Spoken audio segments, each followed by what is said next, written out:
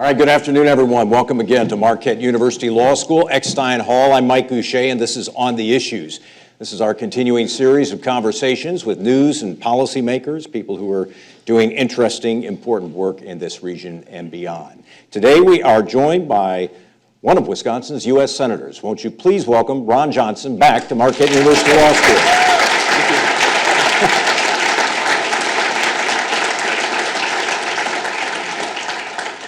Welcome back. You've got some fans in the room. I thought the applause was for me when I walked in, but I think probably not. Probably not. It is good to see you again, and I wanted to begin by asking you a question that's awfully similar to the question I asked of Russ Feingold last week. And it goes something like this.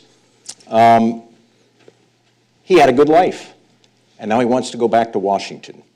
And I said, why would you want to go back to the land of dysfunction? You, too, also had a good life as a businessman up in Oshkosh. You've told me how much you enjoyed it. You've told me how dysfunctional Washington is, that it's even worse than you imagine. So why do you want to go back for a second term? Same reason I ran in 2010. I looked at these deficits that were exploding, $1.4 trillion. I saw the health care law. I saw the demonization of doctors, people that had saved my daughter's life. How that's not going to make this country strong and prosperous if we demonize and demagogue individuals like that rather than celebrate and incentivize their success. And so I've been there 5 years, and I ran because I was panicked for this country. It was on the wrong path. I've been there 5 years. I'm more panicked, Mike. So I go to, for example, Walter Reed. You see the finest among us. These kids, young men and young women who have just sacrificed so much. You go there and they've lost limbs. They want to go back to their unit. They're not quitting. They're not giving up. They understand how precious this nation is, how it has to be preserved. I can't quit. As much as I'd like to go home, as much as the frustration and the disgust of the dysfunction in Washington, as much as that kind of calls me, just stay back here in Oshkosh. I can't tell you, every time the wheels lift off of Reagan Airport there in Washington, D.C., I get a big smile on my face. I got in 10 o'clock last night. I loved driving home from 10:30 to midnight last night just because I'm back here in Wisconsin. I love driving around the state. What a beautiful state. I don't care what time of the year. You go down to southwestern Wisconsin in the fall, the golden fawn corn, the rolling hills. This is such a beautiful state. The people are such wonderful folks. It's an honor to represent them, but the bottom line is this nation is on the wrong course, and we've got to correct it. This nation is worth preserving. What do you think? You talk about your 5 years there, and clearly they are frustrating to some extent. What do you think is your greatest accomplishment in those 5 years since you've been in the Senate? Well, what's interesting, though, is things are turning around here. I know we don't get a whole lot of credit for getting results, but now the Republicans have a majority in the Senate. We don't control it, but we have a majority. The attitude that we've been taking is we're trying to get results. My own attitude really comes from my business background. I did a lot of negotiating business. I never sat down at the negotiating table and started arguing. My technique always was lay out all the areas of agreement. It developed a relationship, a level of trust, so when you finally came to those areas of disagreement, let's face it, no two people agree on everything, it was a whole lot easier finding common ground. So when I became chairman of the Senate Committee on Homeland Security and Government Affairs, that's exactly the way I approached the chairmanship. I reached out to the former chairman, now my ranking member, Senator Tom Carper from Delaware. I said, Tom, let's do something a little different. In business, I found it's very, very helpful to lay out a mission statement. So we developed one, pretty simple, to enhance the economic and national security of America. That accomplished two things, Mike. It started our new relationship as chairman ranking member with a new committee with an area of agreement. What a concept, right? And then it also laid out the direction to direct the activity of the committee. So I've really got two committees in one with mine. It's Homeland Security and Governmental Affairs. It's like two House committees in one. On the Homeland Security side of the ledger, we established priorities, border security. We've held 14 hearings now on border security. We published a 100-page report laying out our findings. It's an ugly reality. Cybersecurity. Ever since I've gotten there, people have been saying, we got to do something about these cyber attacks. Well, for 4 years, we did nothing. In my year, we passed the Federal Cybersecurity Enhancement Act. We married that with the Senate Intelligence Bill. There was a bipartisan effort with Dianne Feinstein, originally working with Saxby Chambliss, now Richard Burr. Got those two pieces of legislation married, passed them out of the Senate, strong bipartisan support, then got them passed on the omnibus. So by utilizing that area of, that technique, that approach of trying to find areas of agreement that unify us as senators, as members of Congress, as a people, rather than exploit our divisions, you can actually accomplish something. We've gotten some real results. You mentioned your service as chair of Homeland Security, the Senate Committee on Homeland Security and Governmental Affairs. I asked this of Senator Feingold, too. I said, my sense was that when this race began, your race with Russ Feingold, that it was going to be about the economy. It was going to be about domestic issues, economic issues. But now there's an awful lot of talk about national security as sort of front and center. Has the focus of this race changed? Since day one, the focus has always been on the second word you use there, security.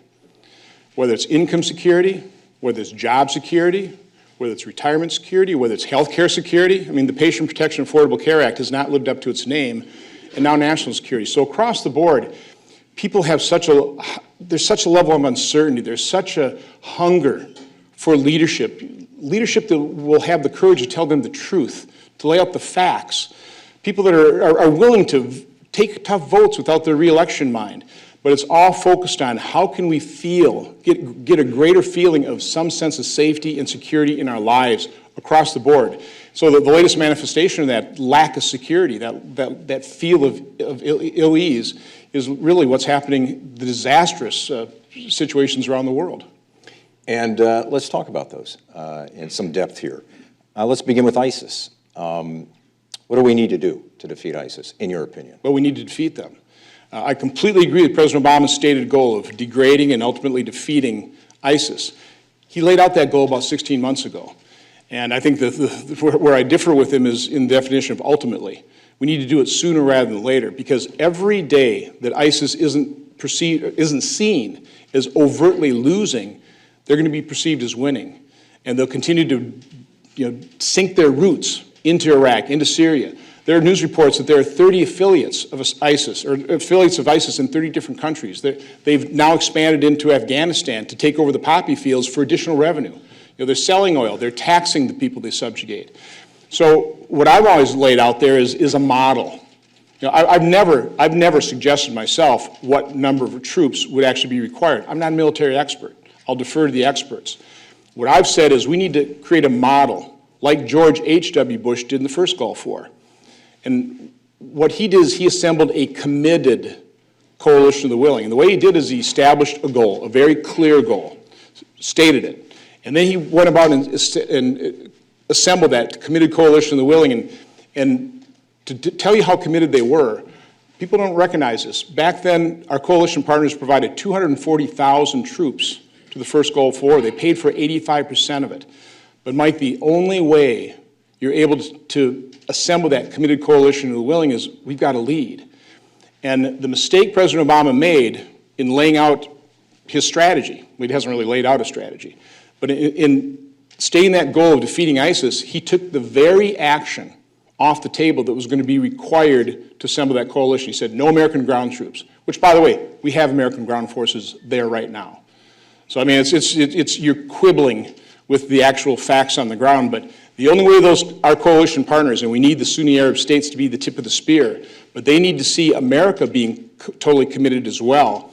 And in the past, we haven't shown that level of commitment. I mean, the fact that we bugged out, that we didn't heed the lessons of history, leaving a stabilizing force behind in Japan and Germany and South Korea. Now, that cost America, but look at the benefit in terms of world stability. We didn't do that in Iraq. We bugged out, and that was a historic blunder. So now Iraq has deteriorated in the situation we see ourselves. Syria has gotten completely out of control. And again, that's because of a lack of resolve. That's not heeding the lessons of history of leaving a stabilizing force after the enormous sacrifice of life and limb and treasure in terms of trying to keep Iraq somewhat stable. Let me follow up on a couple of things.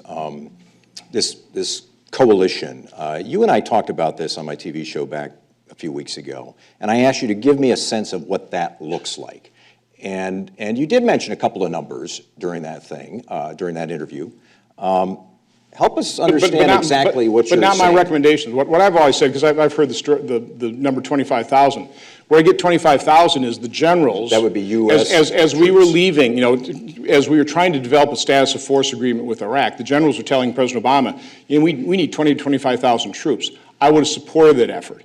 So what I'm saying is if I see a commitment to a goal and a strategy that can work, I would have supported 25,000 troops as a stabilizing force. I'm not going to be hypocritical and say I wouldn't support 25,000 troops to show the commitment to assemble the coalition of the willing.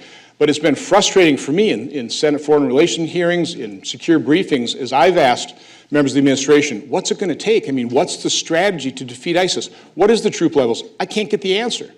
And I admit I'm not a military expert, but we need to lay out that strategy, and the American people need to see it. Our potential coalition partners need to see it, and we don't have one. We may be containing ISIS territorially, but we're not containing them globally. And the problem in allowing them to maintain the territory they've got, or even nibbling away at it, is the territory is key to the caliphate. And the caliphate sets in motion a number of things based on Sharia law. Those that adhere to the ideology are pretty well obligated to go join the fight, or now as ISIS grants them little absolutions, well, if you can't get here, kill where you are. And of course, that's what we just saw in San Bernardino, California. The argument, as you know, against boots on the ground is that it plays into the hands of ISIS, that they would love to have American soldiers in that part of the world. Nothing better than taking an American soldier hostage, that we play into their hands. What do you say to that? How else do you defeat them?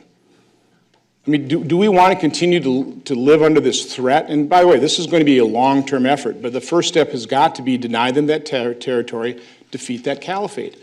How else is it going to happen? Again, President Obama laid that goal out 16 months ago. How are we going to actually defeat them?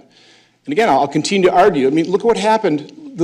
And by the way, God bless the FBI and anybody involved in the Joint Terrorism Task Force that thwarted that plot of Sammy Muhammad Hamza against the Masonic Temple in Milwaukee, Wisconsin.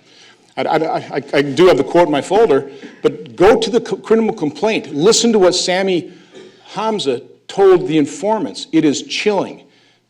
We will eliminate them all was the final sentence I use.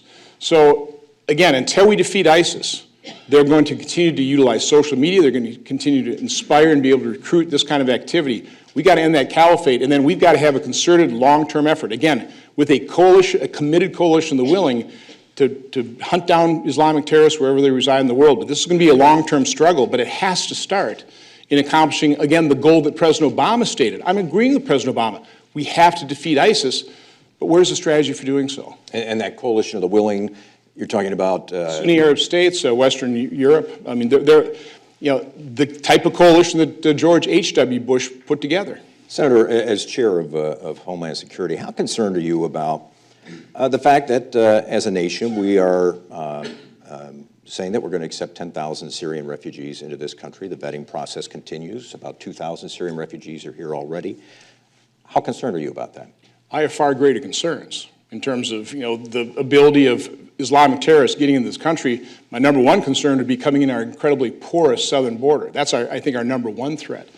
But President Obama has the legal authority to let in really however many refugees he wants from whatever country. That's his legal authority. We'd have to change the law. So, recognizing that reality, I'm actually pretty big into reality.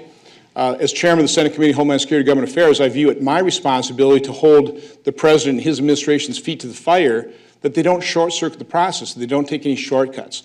We're already having a difficult enough time because Syria is a failed state. Normally, it takes 18 to 24 months to fully vet any refugee from anywhere in the world, and that includes from countries where you actually have the information available. We held a hearing on Canada bringing in about 50,000 additional refugees. They closed their embassy in Damascus in 2012. Again, that creates holes in our information to properly vet. So it's going to be more difficult to vet the Syrian refugees than other refugees from around the world. So I just don't think we should be taking any shortcuts. So that's why I introduced the Senate version of the House Bill SAFE Act in terms of having the Secretary of Homeland Security and the FBI Director and the national director of our National Counterterrorism Center to certify that they're going through all those vetting processes. Because we just, again, in America, we're going to increase the number of refugees by about 21%. That's going to put some strain on our management capabilities of properly vetting those, and I just don't want to see any shortcuts taken. You mentioned our southern border. Do you have concerns about the northern border? I mean, Canada, this is something you've talked about in recent days. Canada's taking considerably more refugees than we are. How concerned are you about what's going on to the north of us? That's why we held a hearing on it. Yeah. Canada normally takes in somewhere between 20 and 30,000 refugees per year over the last 10 years or so. So let's put that at average about 25. Prime Minister Trudeau, as an election platform, was going to bring in 25,000. Well, he's announced another 25,000. So you are, in the span of a year, you're going to basically triple the number of refugees you're letting into Canada. That's going to put enormous strain on their services, too. Now, you listen to the testimony that they're dedicated to not taking any shortcuts. That's nice to say that, but the practicality, again, I've come from manufacturing. I realize when you dramatically stress your processes and your systems, things happen.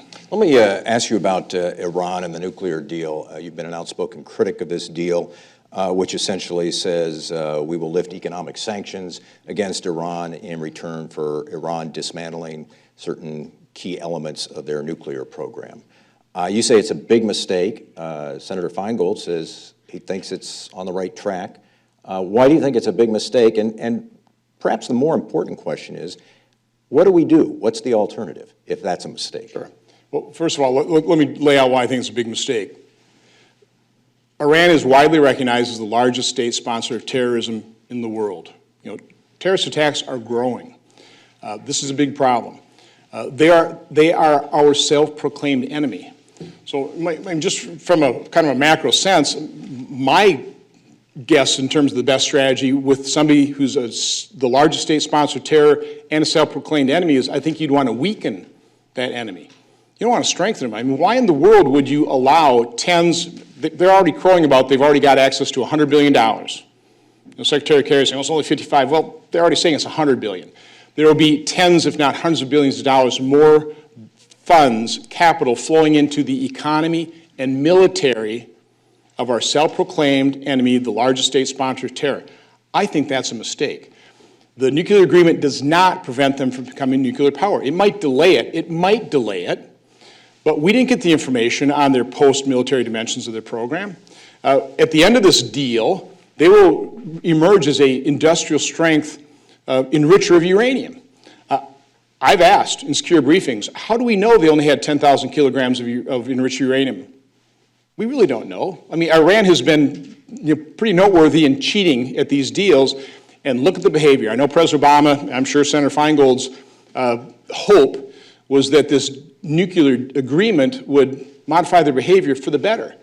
Well, it's modified their behavior. It's emboldened them. They've test-fired ballistic missiles that could potentially deliver a nuclear weapon, into the civilized world twice in violation of UN resolutions. They lobbed some rockets within 1,500 yards of the USS Harry Truman.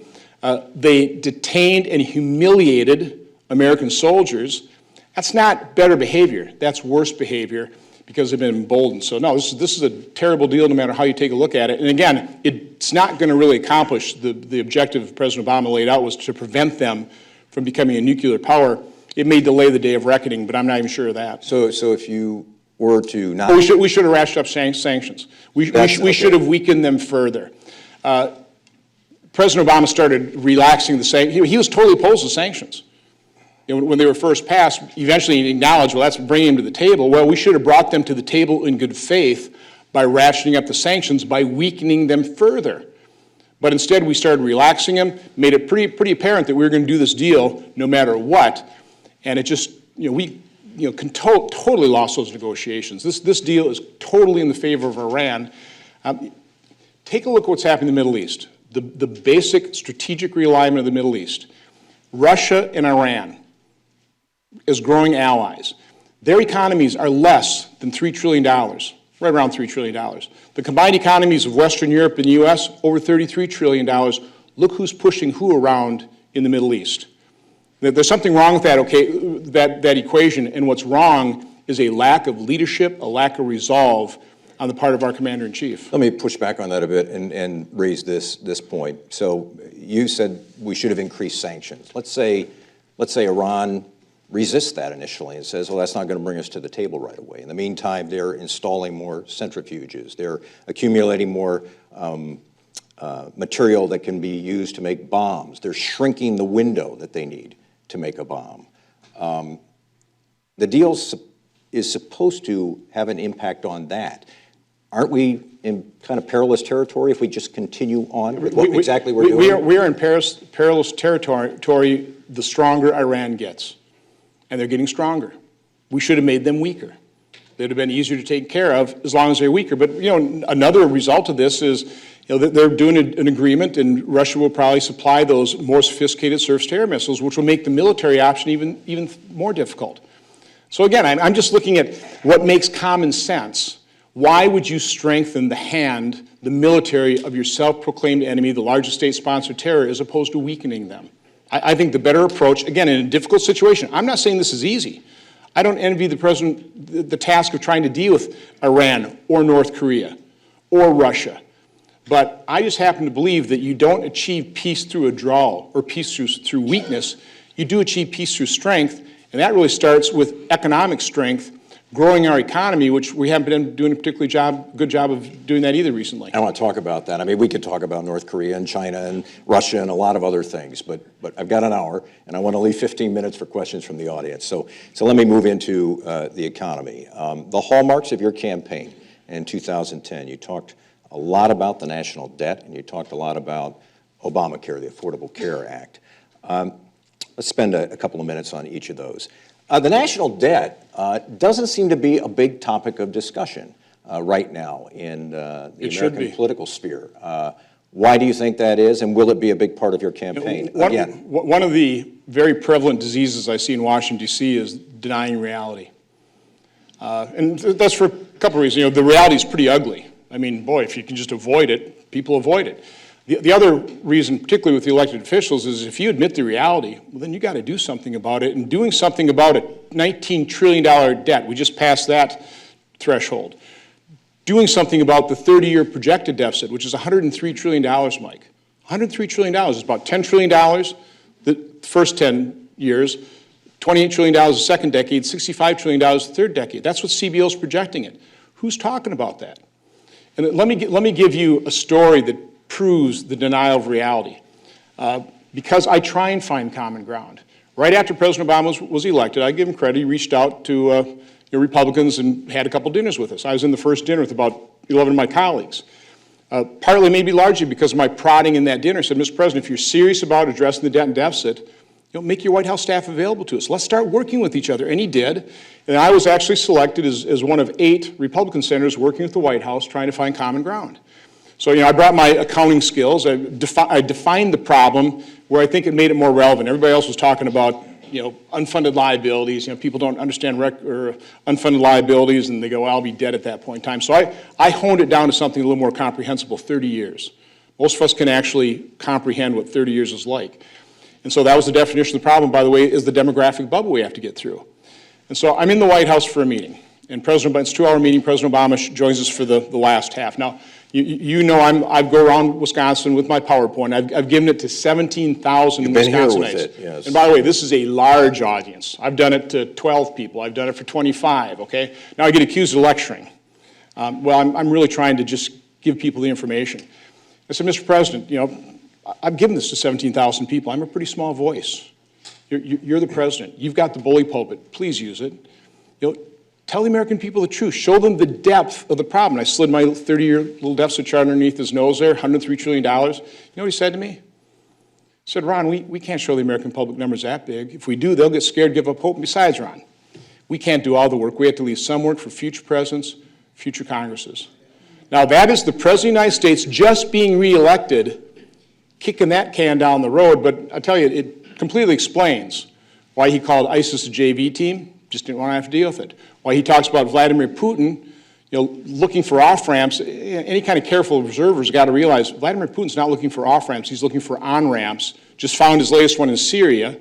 And I think it completely explains the nuclear agreement with Iran. Just don't do a nuke on my watch. I will inject billions of dollars into your economy. I just don't want to have to deal with it. That's very dangerous in terms of elected leadership to, that level of denying of reality. Politically, though, isn't it dangerous if obviously you feel strongly about the issue of national debt and you think something should be done, but what has to be done deals with oftentimes very popular programs, politically popular programs, and you're going to say, look, folks, we're going to have to make some changes.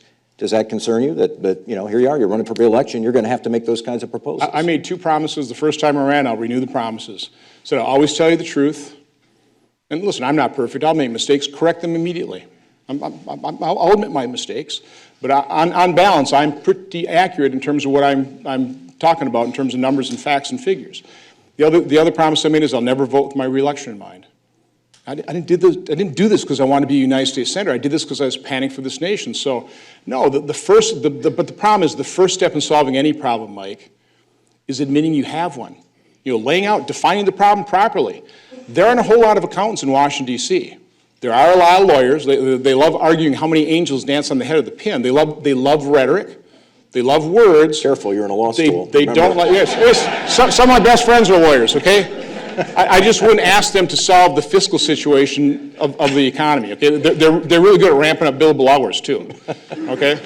So, I'm sorry, I'm a business guy. So, let's talk about the Affordable Care Act and Obamacare.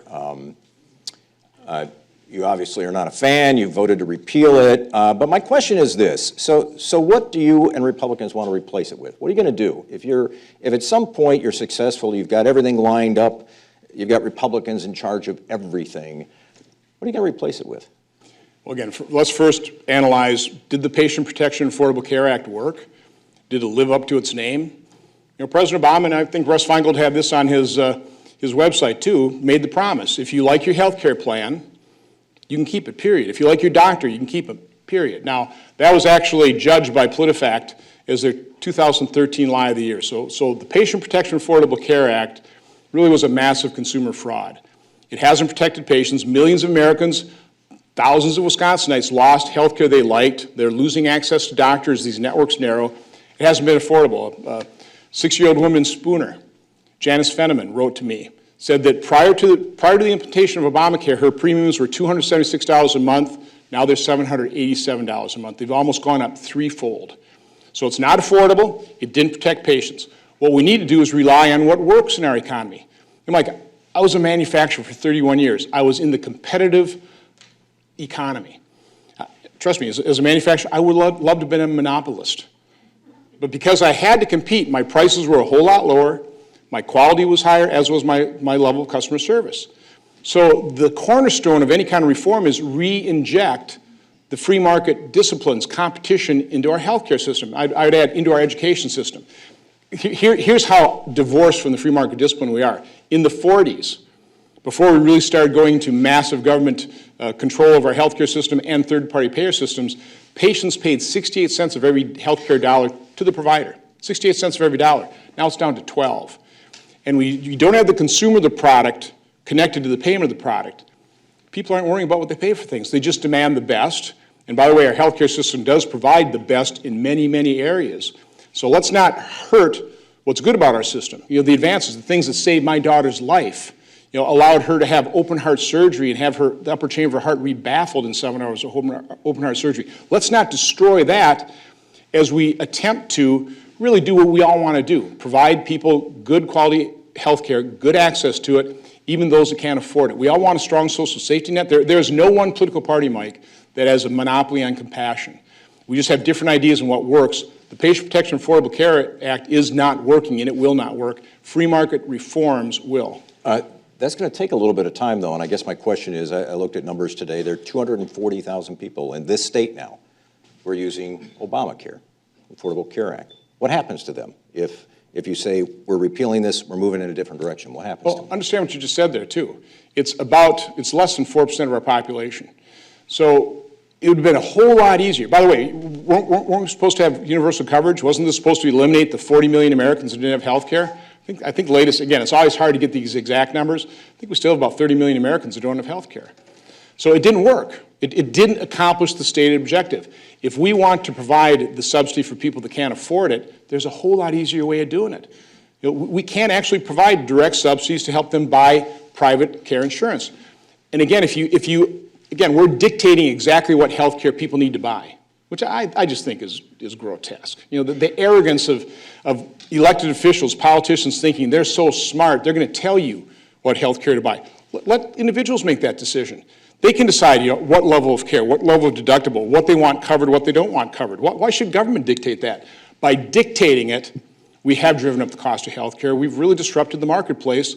And again, it hasn't reduced prices. Remember another promise President Obama made with Obamacare? He said, when you enact this law, the average premium, the average cost to an average family will decline by $2,500. That hasn't happened. So again, I'm just asking people to look at the evidence. All these big government programs fail, other than they're very successful at mortgaging our children's future. I want to have you address pretty quickly here several issues, and I asked Senator Feingold about them. I think it'd be good to ask you about these same issues. They get a lot of attention in our political discourse today. Minimum wage. Russ Feingold says he'd like to raise the federal minimum wage to $15 an hour. Do you favor any increase in the minimum wage? I can't support anything that would destroy people's opportunity, that would take away from an individual, even one individual, the dignity of being able to earn their own success, of having a job. And that's just a sad fact. And the Congressional Budget Office, with President Obama's proposal up to $10 an hour, said it would probably destroy 500,000 jobs, maybe as high as 1 million. I think Douglas Holtz-Aiken, his organization, has estimated $15 minimum wage would destroy 6.6 million jobs.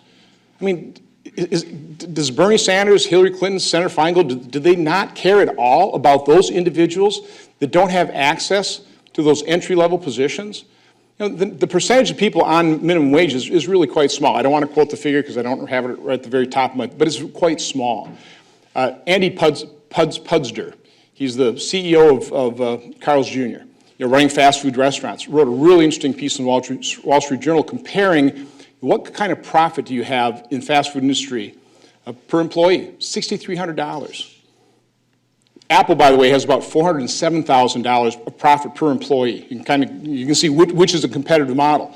You start imposing $15 an hour minimum wage, you wipe out the profit in fast food restaurants. What's going to be the result? They're going to start automating things. They're already starting to do that. You destroy opportunity. That's what I can't support, is destroying opportunity, jobs, dignity. Not a more modest increase. You mentioned $10, but that would not be acceptable to you either. Well, right now, if you take a look at the history of the minimum wage in relationship to the average wage, I think it's somewhere between 35 and 55% of the average wage. Right now, we're at the low end of that. So the minimum wage right now is less economically destructive.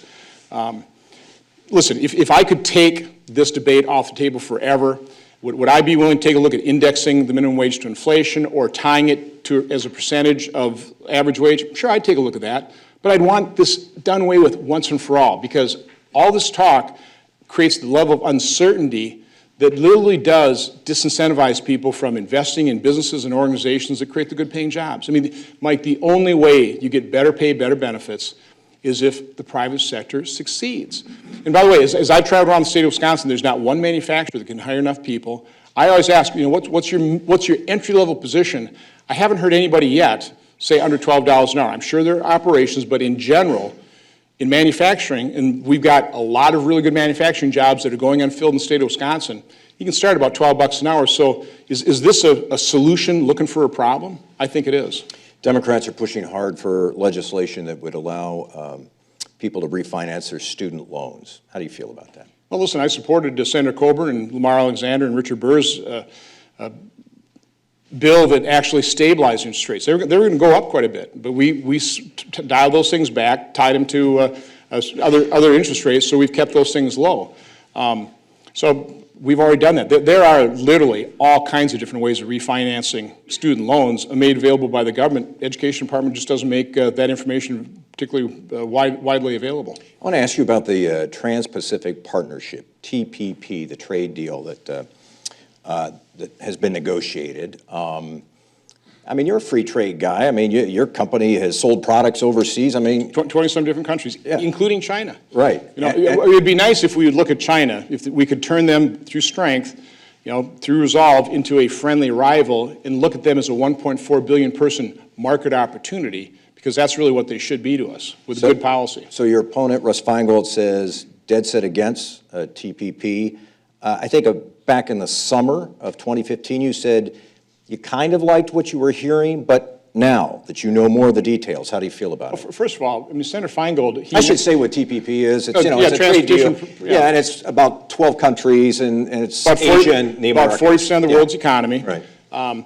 What amazed me is anybody, and I think Senator Feingold was one of these folks that did this, the day it was announced, came out against it. This is an agreement, thousands of pages, and trust me, incredibly complex provisions. There's good, there's bad. My approach to this thing is I have reached out and solicited input from all the individuals, businesses, organizations, groups that are going to be affected here in Wisconsin by TPP. I mean, I'm not going to come to a snap judgment. I don't know how anybody could do that. I mean, how incredibly closed-minded is that? In general, I think free trade does lift all boats. It's good. I mean, here's a micro example of that. Let's say you have 10 farmers. Is it better that each one of those 10 produces a different crop and really becomes specialized in it and then trades? Or should they all each produce 10 crops and not be particularly good at any of it? Bottom line is specialization works. And so that's really what free trade is about, is you take advantage of different people's core competencies, and by freely trading, you take advantage of that, and the economy overall is better across the board. So I'm inclined to support free trade because it is good for economies. And by the way, if you're a compassionate individual, if you're concerned about people in less developed countries, are you really going to block their ability to have access to our markets? Yeah, I don't think it's a particularly moral thing to do, but it's got to be fair. So I'm going to judge this trade agreement, which is incredibly complex, that will have pluses and minuses, and I'll make my decision once I get full input. I'm not going to jump to a conclusion. I think that, again, that's pretty closed-minded on the part of anybody that's going to look at an agreement and just, I'm against it. You have not made a decision at this point. And I won't for quite some time, quite honestly, because it's going to take a while for those interested parties to provide me that feedback. I want to also ask you about another story, business story that's been making a lot of news. It's Johnson Controls, the Milwaukee area company that's now going to merge with Tyco. And as part of this agreement, the legal domicile for this newly configured corporation will be in Cork, Ireland. It will not be in Milwaukee. The operations will be in Milwaukee, but the global offices will be in Cork, Ireland. This has gotten a lot of attention on the campaign trail lately. Hillary Clinton said it is not a tax inversion, it's a tax perversion, meaning that Johnson Controls asked our government for tax breaks along the way, and now they're going to move their legal domicile to Ireland because Ireland has a corporate tax rate of 12.5% and the U.S. has a corporate tax rate of 35%. They can save $150 million a year by doing it. And, by the way, be able to repatriate their foreign earnings back to the U.S. for the benefit of potentially Wisconsin. But the argument is this, Senator, and I have you get your response on this. Did Johnson Controls do the right thing? If you're going to ask our government for money, when at the end of the day, they say it's time to pay your taxes, you say we're going to move to Ireland. Is it the right thing? Well, one of the subcommittees under my committee is the Permanent Subcommittee Investigations chaired by Rob Portman. So he held a hearing on this very issue. They had the owner of Samuel Adams Brewery, a patriot. He's kind of the last man standing. He's the last major brewing company that actually is domiciled here in the U.S. Everybody else has been bought out by overseas, okay? And he just testified, said for every dollar of income that he makes, because he's U.S. domiciled with a very uncompetitive tax system, he gets to keep 61 cents to reinvest in the business. If he was foreign-owned brewing company, he'd be able to keep 71 cents, at which point Senator Claire McCaskill, who is a big supporter of Hillary Clinton, made the statement that I've just been quoting, it's just math. It's just math. Senator Feingold and Democrats' solution to this was let's penalize U.S. companies even more. All that will do is it will drive out more multinational companies offshore. If Johnson Controls... You're dead setting it like an exit tax. Listen, if Johnson Controls didn't do the inversion, you know what's going to happen to Johnson Controls? They'll be bought by a multinational company, a foreign company, because it is just math. So this is economics. This is, again, where it's kind of handy to be an accountant to actually understand these things versus rely on demagoguery, demonization. So what we need to do is, I would say, scrap our entire current tax code. I would set up a new one, elegantly simple, based on two principles: raise the revenue we need, and do no economic harm. Stop trying to socially and economically engineer through our tax code. We do a terrible job. That's what we've tried to do, and we are actually forcing businesses offshore. I mean, this is our tax code doing this. It's not, business managers have a fiduciary responsibility to shareholders. Maybe you own stock. Maybe a union owns stocks in Johnson Controls. Are you going to really want the management of that company to forego $150 million? No, that isn't the responsibility of the managers of the business. It's the responsibility of policymakers, elected officials, to recognize reality and say, no, our tax system is completely broken, completely uneconomical, uncompetitive, and we need to change it so we incentivize people, by the way, to take advantage of what we've got going for us.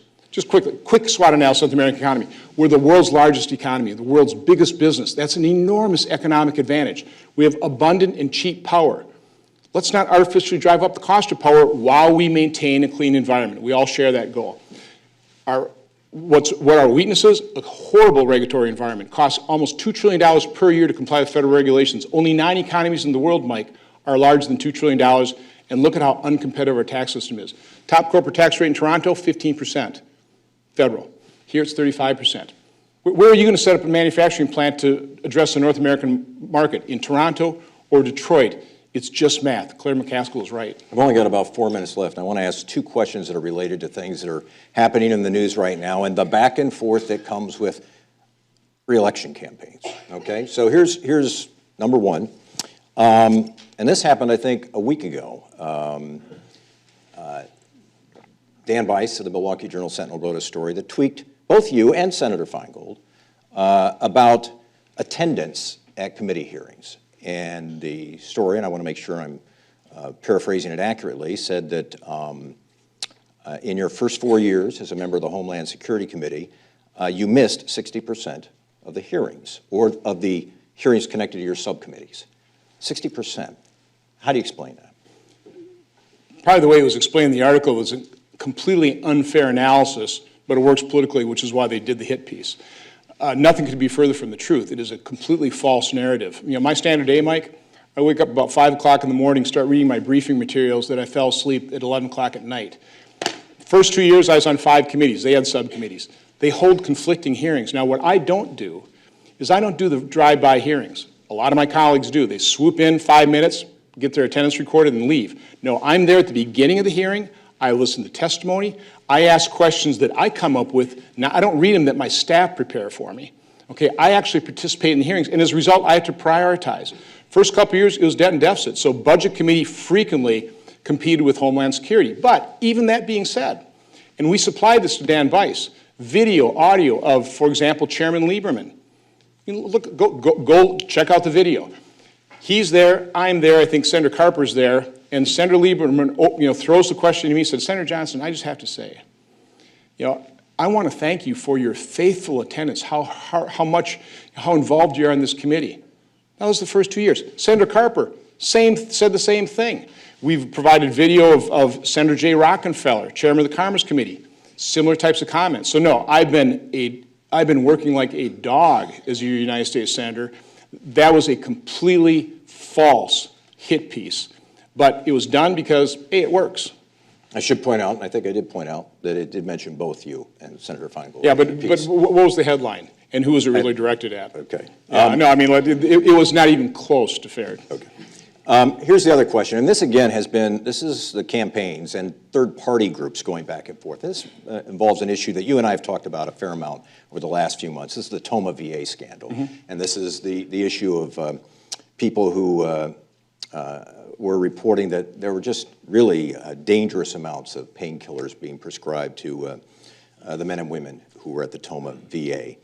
So there's a third-party group that started running an ad targeting Russ Feingold and saying Russ Feingold was made aware of this through a memo before he left office, that there were problems at Toma, and that he didn't do anything about it.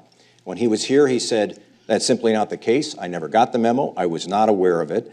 And he used the word pathetic to describe what he thought was a political attack against him. He said, it's a tragedy when you use men and women, fighting men and women, to get reelected. I want to have you respond to both what he said, Senator, first of and all, also whether you agree with what the third-party group is saying. First of all, let me see. I found out, I did not find out about Toma until the first or second week in January 2015 when the news broke. Okay? That's the first time I heard about it.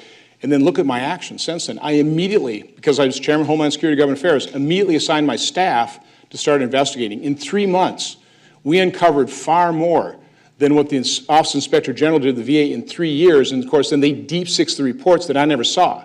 Senator Baldwin had it. I never saw it. I found out about this in January. So look at what I did once I got the information. I have not politicized this at all. I haven't fed any of this stuff to the press.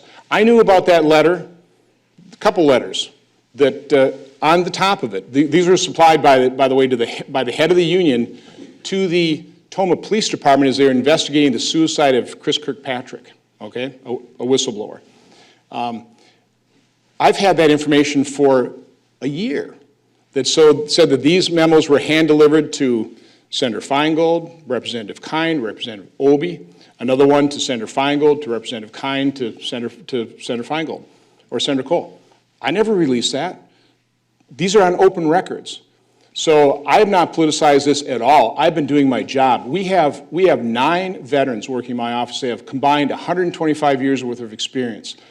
The people that serve in our military are the finest among us. I take the responsibility seriously. And oh, by the way, the fact that the director of Toma is gone, the fact that Dr. Houlihan was actually terminated from the VA. I mean, how often do you find people in the federal government being held accountable? Well, why are they being held accountable? Because of my committee's investigation, because I've been a bulldog getting to the facts. The Inspector General, who I think was a thoroughly corrupt individual, had 140 reports of investigations and inspections that he deep-sixed, including the Toma one. Because of the pressure we put on him, decided to retire. And that's just the second Inspector General. And this is actually when I was a ranking member, we saw the corruption of the Inspector General's office in the Department of Homeland Security as well. It was our investigation got him to basically retire before the head of the posse.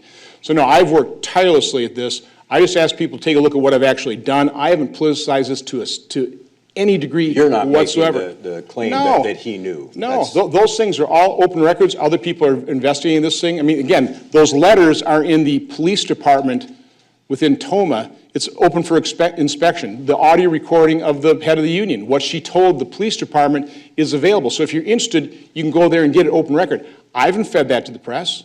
I've been sitting on that for a year knowing that. Other people are investigating, they're pushing the press. That's part of, it's unfortunate. Here's what I'd say is unfortunate. They were already in a campaign season. If you remember when I first ran, I didn't even decide to run till the end of April, announced May 17th, ran into a 6-month campaign. I think that was more than enough. Senator Feingold apparently is so desperate to return to power here, he had to announce 18 months and all of a sudden we're in election mode. It's unfortunate. My approach to this election, Mike, is I'm going to keep my nose a grindstone. I've got a serious responsibility as chairman of the Homeland Security Government Affairs Committee, as chairman of the European Subcommittee of Foreign Relations. I'm going to do my job. I'm going to keep ferreting out the facts. I'm going to keep holding people in government accountable. I'm going to keep telling the truth. And that's basically my approach to the campaign. That's what I told my campaign team, by the way, too. Your job is telling the truth a winning message. Let's see if it works. All right, 10 seconds. I'm not going to ask him about Donald Trump. I know that's amazing, but I am going to say, are you comfortable with all the candidates who could end up being your party's nominee? Are you comfortable with them? I think I'll answer the same way Senator Feingold did, is I'll support the Republican nominee. Not the Democrat, the Republican nominee. All right, listen, I do have faith in the primary voters kind of being able to, in the end, kind of sift through Sift and winnow. Yeah, and so I've got my fingers crossed. There are some really good candidates on that stage, and I'll support the Republican nominee. Let's take a few quick questions. For those of you who've been in the room before, you know it. If you're in the seating bowl, press down on the rim, not on the ball, but on the rim so we can hear your question. If you have a question in the back, this gentleman, Ryan, has a microphone, and he will be able to take your question. No speeches, please, just questions so we can take as many as possible. All right, we got lots of questions. I'm going to work across the room here real quickly. We'll start back there, wait for the microphone. Again, keep your question brief, please. Hello, Ron. My name's Adam Ryback. I just want to say first, thank you so much for being here. This is really awesome. I'm enjoying it. Awesome. My question for you is, would you support extending 14th Amendment protection to the preborn child from conception, such as H.R. 426 in the House? And once again, thank you so much for being here, and thank you for being awesome. This is great. I think what we need to do in the whole abortion issue, it's unfortunate it's been so politicized. I think that's the tragedy of the Supreme Court, basically 9 judges deciding this for all of America rather than have this go through the political process, the democratic process. Let's, again, try and find areas of agreement. One of the things I've supported, I've co-sponsored a bill that protects life after 20 weeks. Now my daughter, the same one with the heart defect, is a nurse practitioner in neonatal intensive care unit. So she's taking care of these little 23-week babies and watch them flourish. Not all of them turn out pretty well, but a lot of them do. So can't we agree at some point in time that life should be protected? So I guess that'd be my main approach is, rather than go for, I guess, what you'd probably consider the home run, how about we get a bunt single, and let's try and limit some of these abortions that really is taking the life of little babies that can survive outside the womb. I think that'd be a good start. And then, like everything, let's go out and win the political argument. Let's win the hearts and minds of our fellow citizens. One thing, this isn't a flippant comment. If you've ever been down to the Museum of Science and Industry in Chicago, they've got the display of, from the egg to a full-term baby. I think if Americans were to go to that exhibit and say, at what point do you think life ought to be protected? My guess would be, I think it's on the far left, I think it'd be even sooner than 20 weeks. So let's look at the actual facts. Let's take a look at what we are killing in these abortions that go beyond 20 weeks, and let's at least agree that at some point in time, I think we can all agree that life ought to be protected. Senator, I understand it's quite remarkable for a first-term senator to be appointed chair of a major Senate committee. I'd like to know, how did this happen, and what are your responsibilities as Homeland Security Chair, and how does that benefit the citizens of Wisconsin? Well, when I first was elected, you have to decide which committees you want to be on, you request them. And I certainly I understood how incredibly important Homeland Security is, and I wanted that part of my portfolio, let's call it. I also was on Appropriations Committee. I was also on Budget. I mean, that's, the mortgage of our kids' future budget committee was pretty important to me, plus Small Business and Aging. And one of the reasons that I decided to do Homeland Security rather than Foreign Affairs, which I ended up ditching Appropriations because I was losing those votes 28-1, and went over to Foreign Relations to get that national security component, was I looked at the seniority profile of the committee. And I don't know, it's just not a top popular committee or what was pulling out, but I figured if I signed up there, I would actually be in pretty good shape. And then, Scott Brown lost, unfortunately. And this is a tragedy for America. Tom Coburn had cancer, he retired. And, bottom line, because I'd chosen wisely in terms of committees, normally it takes decades in order to kind of rise up through the ranks to be able to obtain a chairmanship. I know Senator Feingold in 18 years was never a chairman. Gets reelected, I doubt he ever would be a chairman. So again, it's a serious responsibility. It's one I take seriously. And by the way, it has real implications for Wisconsin. The reason we held a hearing in Toma on the VA system is because I was chairman of the committee. I called the hearing, and I made the decision to hold it in Toma so the survivors could provide the powerful testimony that members of the VA administration could actually hear, which allowed for that accountability. So again, these things actually have consequences. I've used that chairmanship well. Brian, this woman in the red back here, if you can hang on 1 second, please. Again, brief questions. We'll try to get to a few more. Hi, thank you. Let's admit that we have a problem with more and more extreme weather events that necessarily require government action, such as disaster relief and other interventions. What would be a logical position for an advocate of small government to take to address climate change, and how would you do that? Well, let me first state, I have never denied climate change. I mean, climate has always changed, it always will. Let me just show you this as proof. This is a little chart. I'm going to Ross Perot you here. So go online, check this out. This is a 420,000 year timeline of the Vostok ice core sample, which measures global temperature down in Antarctica. What you see is a number of, can't really call them cycles, but variations, totaling about 22.7 degrees has been the total of variation from peak to trough. So, bottom line is climate has always changed, always will. Now, there weren't men back here causing that. Here's a 10,000 year timeline of the variations in a Greenland ice core. Again, here the variation is about 6.7 degrees. So listen, climate has always changed, always will. There are larger forces at play. I think the question is, to what extent is man causing that? Listen, no doubt about it, man causes harm to the environment. Here's a goal we all share, and this is a good thing. I don't know anybody who doesn't want a clean environment. So I want a clean environment. What you need is a strong economy so you can actually afford a clean environment. Look at China, look at India. So what I'm suggesting is the cure worse than the disease? I'm just not an alarmist at this thing. Particularly when you're talking about warming, I'd be a lot more concerned if it were cooling, because remember, 20,000 years ago, vast areas of Wisconsin were covered by a mile-thick glacier. Again, there were men back then, but not enough building campfires, producing CO2 to cause those to recede. So again, all I've ever said is, I'm not quite sure what all is causing this, to what extent the larger forces are at play versus man, and I just don't think it's necessarily worth penalizing our economy, harming economic growth. For example, President Obama's suggestion, spending about $100 billion per year in foreign aid to other countries. I don't think that'd be very supported by the American people. Or, like he said, because of his policies, electricity rates will necessarily skyrocket. That makes us very uncompetitively globally and really harms economic growth. I'm only going to be able to take 2 more questions. The woman right there. Yeah. Again, please be brief. Hi, Senator Johnson. Actually, it's been agreed upon. There's a scientifically substantiated consensus amongst organizations, including NASA and the U.S. military, that global warming currently is indeed affected by human activity. It's pretty undisputed. And I'm wondering, No, it's quite disputed. By the way, what I'm going to do is leave you a packet that I've been traveling around with this is an article from Popular Technology, 97 articles refuting the 97% consensus, global warming, this is from Forbes. So I'll just ask you to read this, and then you'll understand why I'm a little more of a skeptic. Let me take other questions. We're going to go here, and then we'll go back up there. Yes, sir.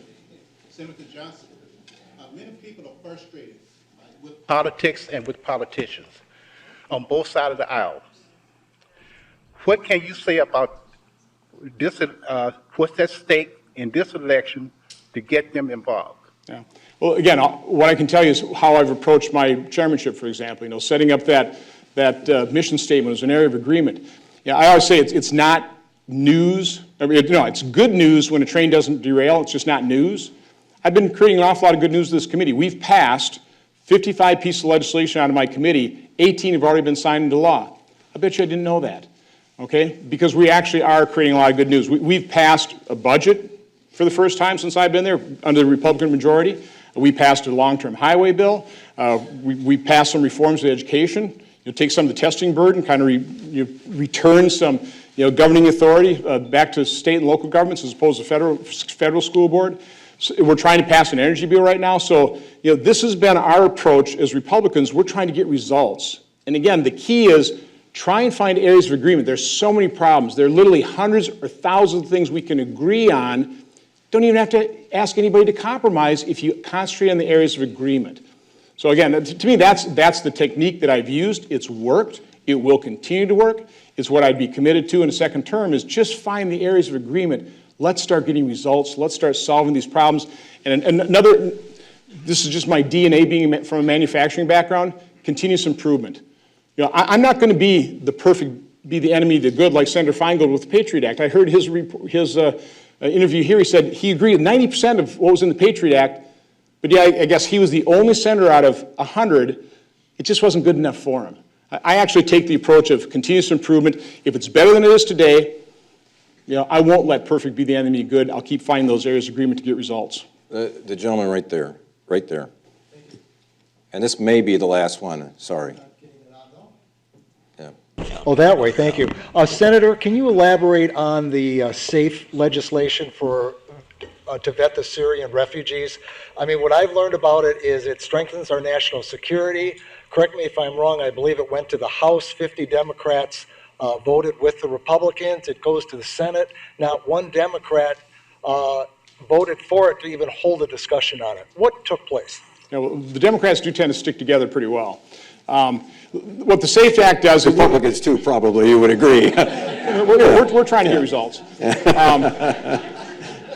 But anyway, again, my responsibility as chairman of the Homeland Security Government Affairs Committee, President Obama can let in basically as many refugees as he wants from wherever he wants. So I just want to make sure we're going to keep the administration's feet to the fire so they don't take any shortcuts. They don't short-circuit the process. So the SAFE Act basically was going to ask the head of the Department of Homeland Security, Jay Johnson, James Comey, the head of the FBI, Nick Rasmussen, the head of the Counterterrorism Center, to just certify that they're going to follow all those steps. They're not going to take any shortcuts so that we can minimize any kind of risk of bringing any Syrian refugee in. I thought it was a pretty reasonable proposal. I'm going to continue to work with Democratic colleagues. Maybe that went too far. Maybe you shouldn't make the FBI director or Nick Rasmussen. Maybe you should just confine it to Jay Johnson because it's really his USCIS agency within the Department of Homeland Security that does most of the approvals of these things. So maybe we can scale it back. Maybe we can get some areas of agreement to keep this nation safe. My apologies, but we're going to have to wrap things up there. I do want to take just a moment to thank everyone who turned out today, everybody in the room, for their time, their interest, and their attention. I encourage you to go to our website, law.marquette.edu. You can actually see this event. It will be posted there. It's been streamed live, and also we keep updating our list with future events here at the law school. Having said that, once again, I'd like to thank Senator Ron Johnson for being with us today. Enjoyed it. Thank you. Thanks.